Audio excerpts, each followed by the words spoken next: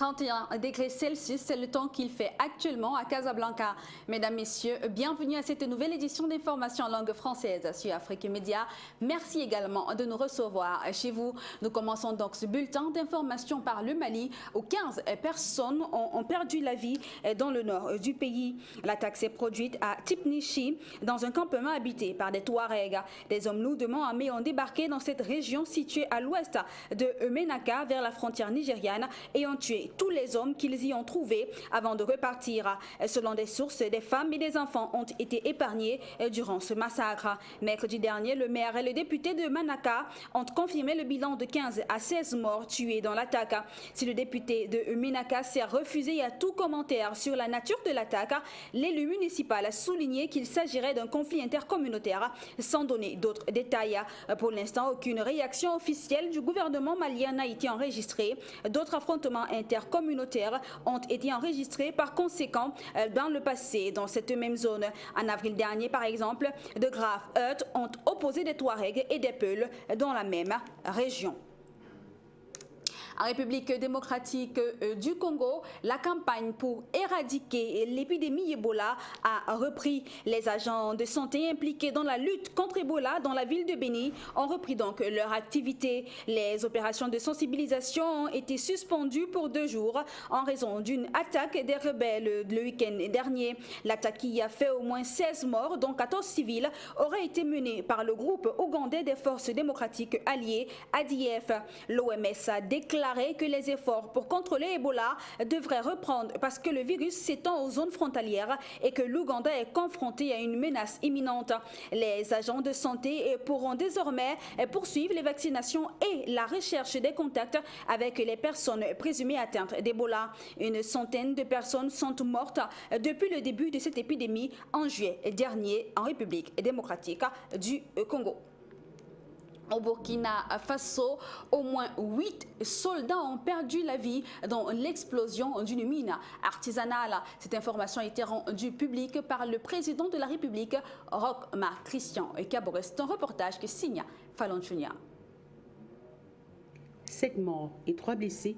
C'est le bilan de l'explosion d'une mine sur l'axe Diblo-Baboulé dans le nord du Burkina Faso. Le véhicule a sauté sur une mine mardi au cours d'une opération dans cette localité visant à neutraliser une trentaine de djihadistes selon les sources sécuritaires. Rappelons-le, ce n'est pas la première fois que les soldats burkinabés font face à ce type de situation, car ils ont plusieurs fois été victimes de ce genre d'attaque. Dimanche dernier encore, 3 gendarmes ont été tués dans une embuscade tendue par des djihadistes à Inata lorsqu'ils tentaient de poursuivre les auteurs des enlèvements des employés d'une mine d'or. En mi-août, dans la région de l'Est du Burkina Faso, 7 des membres de forces de l'ordre avaient été tués dans l'explosion d'un engin artisanal 15 jours après la mort de 6 autres personnes dans des circonstances similaires. Pour essayer d'apporter une réponse à cette problématique, le président du Burkina Faso, Roch-Marc Christian Kaboré, a promis le 8 septembre de nouvelles dispositions sécuritaires pour éradiquer le fléau du terrorisme. Presque chaque mois, les forces de l'ordre sont visées par des attaques et d'explosions d'engins artisanaux.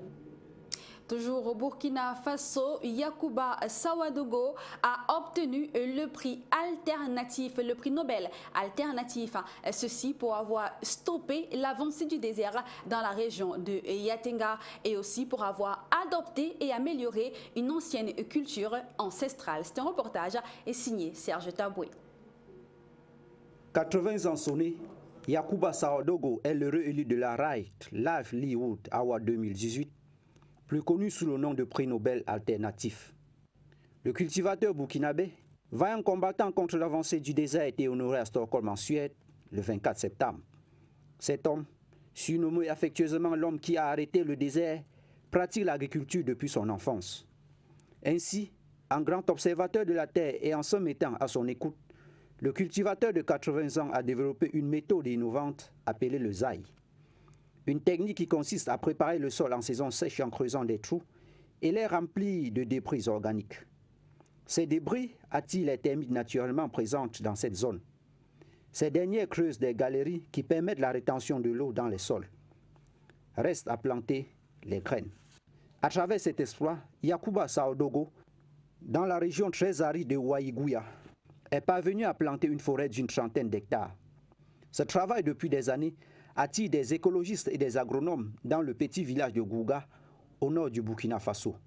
Pour eux, l'agriculteur a fait plus pour le Sahel que tous les instituts de recherche internationaux et les experts du développement réunis. Yacouba Sawadogo, pionnier dans la lutte contre la faim et la désertification, recevra son prix à la fin du mois de novembre. À Madagascar, l'ancien président du Sénat a reçu lui également un prix. Ceci est pour l'excellence. C'est le prix de l'excellence pour le développement africain. Ceci est grâce au magazine African Leadership de Londres. Ce magazine décerne chaque année des prix à des personnalités africaines ayant contribué à une performance entrepreneuriale et au développement économique en Afrique. Lors de la réception de ce prix, Rivo Rakotavao a affirmé que ce prix représentait la reconnaissance des efforts et l'abnégation en faveur du développement de son pays. Mais il ne saurait l'accepter sans la dédier au peuple malgache qui lui a accordé leur confiance il y a 4 ans. Ce prix d'excellence est le leur, car sans leur confiance et leur participation, rien n'aurait été fait. Rivo Rakotavao est l'homme qui a remplacé le chef de l'État démissionnaire, Éric Pianina, candidat à la présidentielle. Nous mettons le cap au Niger où le trafic routier entre le pays et le Bénin a été rétabli il y a seulement quelques jours. Ce trafic avait été interrompu pendant 3 semaines à cause du pont sur le fleuve Niger qui avait été coupé, ceci à cause de grosses pluies dans le pays. C'est un reportage signé une fois de plus par Serge Etaboué. Le trafic routier entre le Bénin et le Niger est effectif suite à l'aménagement d'une déviation par l'entreprise chargée de construire la partie du pont de la Sota à Malanville. Cette déviation va rester jusqu'à l'achèvement définitif des travaux de construction du nouvel ouvrage d'affranchissement. C'est la police républicaine qui va assurer la régulation de la circulation à ce niveau. Depuis l'effectivité de cet ouvrage partiel, quelques 1500 camions chargés de marchandises sont entrés au Niger et dans l'autre sens, les camions transportant le concentré d'uranium repartent vers le port béninois de Cotonou, l'essentiel du fret nigérien passant par ce port, le plus proche de Niamey, à 1000 km. Ce travail salutaire, exploit de la Direction générale des infrastructures du Bénin, a enchanté les usagers qui ont exprimé leur satisfaction. Pour mémoire, c'est au début du mois de septembre que l'effondrement du pont de Malanville s'est produit. Un désagrément qui a obligé le Bénin et le Niger à se tourner vers le Nigeria et le Burkina Faso. Du reste, la reconstruction effective du pont est prévue dans un délai de 45 jours. En Somalie, la Banque mondiale a octroyé un prêt de 80 millions de dollars au pays, et ceci est pour les réformes financières justement dans le pays. C'est la première fois en 30 ans que le gouvernement décaisse une telle somme dans un pays déchiré par la guerre civile. C'est un reportage signé Victoire Dimala. Une subvention de 80 millions de dollars pour le projet de financement public en Somalie. C'est le montant que la Banque mondiale a octroyé à la Somalie pour réformer ses finances publiques. Le conseil d'administration somalien a approuvé ce mercredi, en faveur de l'économie grandissante du pays, ce financement de 80 millions de dollars qui sera reparti dans 2 différents budgets, à savoir 60 millions de dollars prévus pour le projet des coûts récurrents et 20 millions de dollars pour le projet de renforcement des capacités en recettes ainsi que la gestion des finances publiques. La Banque mondiale exprime au travers de cette subvention le désir de travailler en étroite collaboration avec le gouvernement de Mogadiscio pour améliorer l'épanouissement social, notamment dans les services tels que l'éducation et la santé, l'accès à l'eau potable, l'énergie et le financement de ses citoyens. Il sera question de révolutionner le domaine de l'agricole également, dans la perspective d'un projet de réforme pour l'agriculture dans le cadre d'un programme appelé County Partnerships Framework. La Banque mondiale accorde ce prêt après 30 ans, car l'institution financière avait interrompu son appui financier en 1991, alors que la guerre éclatait dans le pays. Cette nouvelle subvention est une grande étape dans le processus de reconstruction et de développement de la Somalie. En effet, l'économie somalienne devrait connaître une croissance annuelle moyenne comprise entre 3,5% et 4,5% de 2019 à 2022, selon les projections. Au Cameroun, le ministre des Finances, Louis-Paul Motazé, a nommé de nouveaux visages au sein de son équipe, ceci pour éradiquer la corruption dans le pays de Paul Biya. C'est un reportage signé par notre correspondant depuis Yaoundé, Patrick Eya. C'est un palais des congrès plein à craquer qui a accueilli les familles, amis et collègues des heureux promus des textes pris à la fois par le chef de l'État, le Premier ministre chef du gouvernement et le ministre des Finances. Des nouveaux responsables qui ont été invités par le patron de ce département ministériel à remplir leur mission avec professionnalisme, mais surtout patriotisme en vue d'atteindre les objectifs que s'est assigné le gouvernement dans ce secteur d'activité. Je crois qu'ils n'ont pas été désignés par hasard. Ils ont été désignés parce qu'ils présentent un profil. Ils ont une expérience, ils ont une expertise, ils ont des connaissances qui ont été appréciées à divers niveaux. Ce soit au niveau du chef de l'État ou au niveau du ministre que je suis, en passant par son Excellence, Monsieur le Premier ministre. Louis-Paul Motazé a donc ainsi encouragé, mais aussi félicité tous ceux qui ont rendu des bons et loyaux services à la nation et qui ont été appelés à faire valoir leur droit à la retraite. Le ministère des Finances, comme on le sait, est au centre même de la mise en pratique de la politique du développement du Cameroun par le chef de l'État. Il s'agit donc pour les heureux promus de mériter ainsi la confiance qui a été placée en eux. Le sentiment que j'ai en ce moment, c'est un sentiment de fierté, de joie et de la confiance que le ministre a mis à ma personne. Tout d'abord en disant Monsieur grand Dieu, parce que c'est lui qui nous prédit, c'est lui qui donne la sagesse. Et même les dames ne sont pas en reste, elles, qui ont aussi été promues à d'importants postes au sein de ce département ministériel, à l'instar de l'inspection générale, désormais commandée par une femme. Tous les services, sinon presque, ont donc été touchés par ce que d'aucuns n'ont pas hésité à appeler un tsunami au ministère des Finances.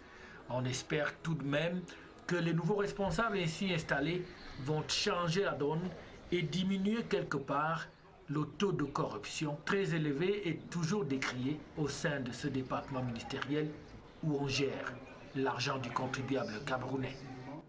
Après le Cameroun, nous mettons le cap au Maroc où le pays a demandé la réforme effective du Conseil de sécurité et de paix en Afrique.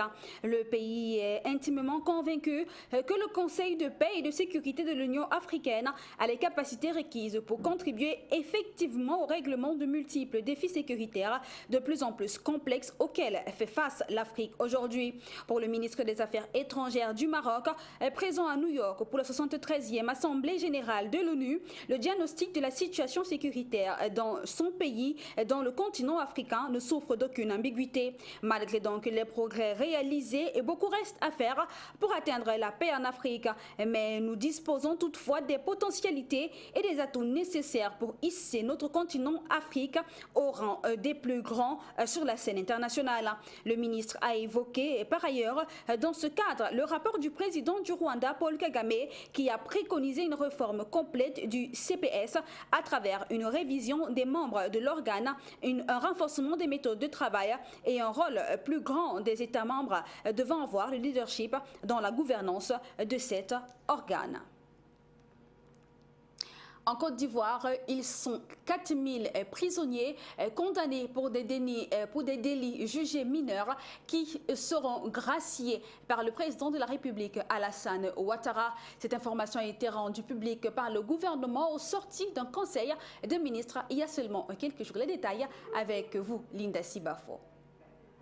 Le Conseil des ministres, qui s'est tenu mercredi 26 septembre dernier, a statué sur la libération prochaine de plus de 4000 détenus. C'est la manifestation de la décision du président de la République lors de son discours à la nation à la veille de la commémoration de la célébration de la fête de l'indépendance de la Côte d'Ivoire. En effet, conformément à l'article 66 de la Constitution, le chef de l'État Alassane Ouattara déclarait « J'ai décidé en cette fin d'année, et comme il est de coutume, d'accorder la grâce à 4132 détenus de droit commun condamnés pour des infractions mineures. » Selon le communiqué final de la séance de travail, Il s'agit d'un acte de clémence et de pardon du chef de l'État. Cette grâce ne supprime pas l'infraction commise, ni le jugement, ni l'arrêt de condamnation, mais elle se limite à atténuer les conséquences en faisant cesser l'exécution de la peine ou en allégeant celle-ci. Un bien pour un mal dont souffraient déjà les prisonniers sous le coup de la surpopulation carcérale.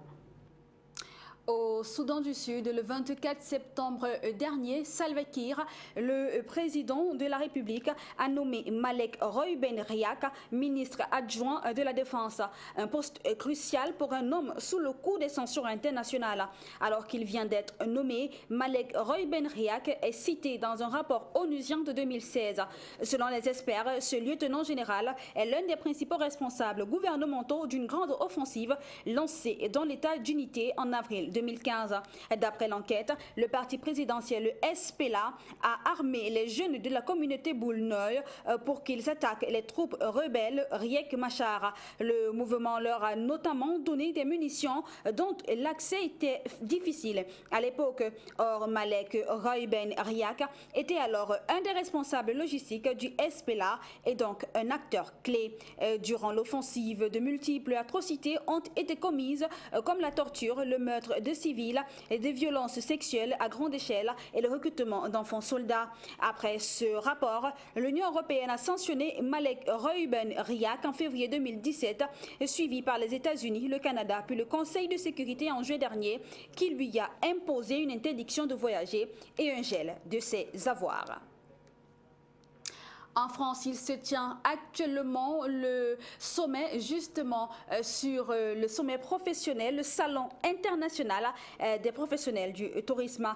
Ces pays les pays africains possèdent des richesses touristiques suffisantes pour attirer les voyageurs. Il faudrait juste une volonté politique et l'implication d'opérateurs privés. Certaines destinations africaines sont promues par des agences privées avec 230 000 personnes l'année dernière. La fréquentation du Tchad a doublé en 5 ans, mais il s'agit principalement des touristes d'affaires. Le Tchad participe pour la deuxième fois à ce salon. La première fois, c'était en 2015. Le Tchad a donc l'ambition d'attirer à court terme 500 000 touristes par an. Le tourisme de niche domine dans la plupart des pays africains. Certains d'entre eux ont un potentiel touristique important, mais ne connaissent encore qu'une faible fréquentation. Le défi d'un pays comme le Maroc est en revanche de consolider les acquis et de progresser encore plus. Plus de 11 millions de personnes se sont rendues au Maroc en 2017, soit une hausse de 9% par rapport à l'année précédente. Et nous terminons par la Turquie et l'Allemagne, où le président de la République turque, Recep Tayyip Erdogan, est en visite d'État en Allemagne depuis le 27 septembre 2018. Objectif, renouer avec le premier partenaire économique de la Turquie dans un contexte de crise économique et de tensions avec Washington. Recep Tayyip Erdogan rencontrera donc le président Steinmeier et la chancelière Angela Merkel. Il ira par la suite à Cologne, où il inaugurera une mosquée financée par une organisation turque. La visite d'État de Recep Tayyip Erdogan a provoqué beaucoup de polémiques, notamment de nombreuses manifestations contre sa venue sont prévues. Certains responsables politiques ont décidé de boycotter le banquet officiel donné par le président allemand. L'heure est au réchauffement des relations entre les deux pays. Ces dernières ont été mises à mal depuis le putsch manqué en Turquie il y a 2 ans. Ankara, face à des difficultés économiques sévères et à des relations détériorées avec l'allié américain, se tourne à présent vers l'Europe et l'Allemagne. Berlin ne souhaite pas que ce partenaire soit déstabilisé, surtout avec une communauté turque de 3 millions de personnes en Allemagne. Ankara est un allié économique important. Faute d'aide directe, Berlin pourrait favoriser des investissements d'entreprises allemandes et la Turquie joue un rôle géostratégique important à cause de son implication en Syrie. C'est sur cette note que nous mettons en thème à cette édition d'information en langue française sur Afrique Média. De votre fidélité et nous vous remercions. N'oubliez pas que nos programmes se poursuivent sur votre chaîne panafricaine. Nous nous quittons en saluant les populations de Rabat, dont c'est la capitale du Maroc, avec une superficie de 446 550 km². Sur ce, portez-vous bien.